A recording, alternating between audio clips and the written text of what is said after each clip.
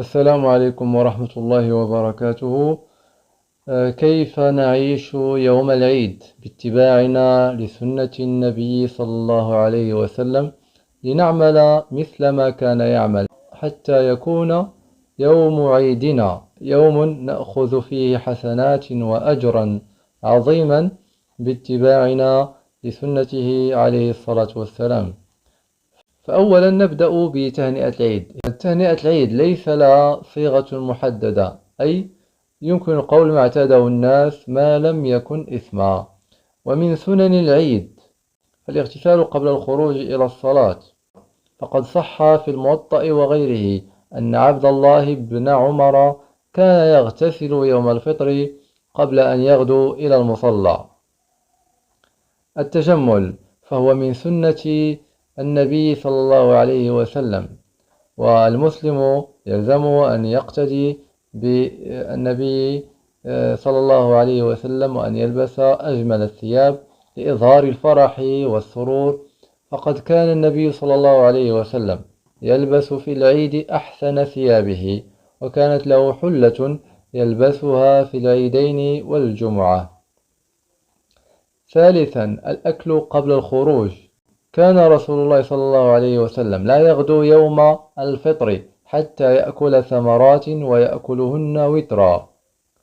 رابعا التكبير. قال الله عز وجل: ولتكملوا العدة ولتكبروا الله على ما هداكم ولعلكم تشكرون. والتكبير يبدأ من غروب شمس آخر يوم من رمضان إلى خروج الإمام للصلاة.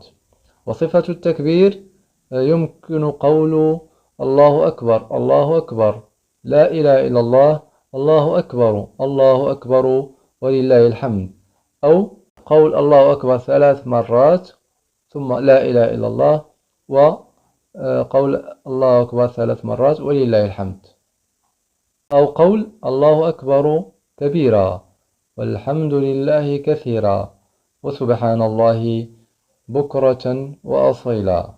خامسا الذهاب من طريق والعودة من طريق.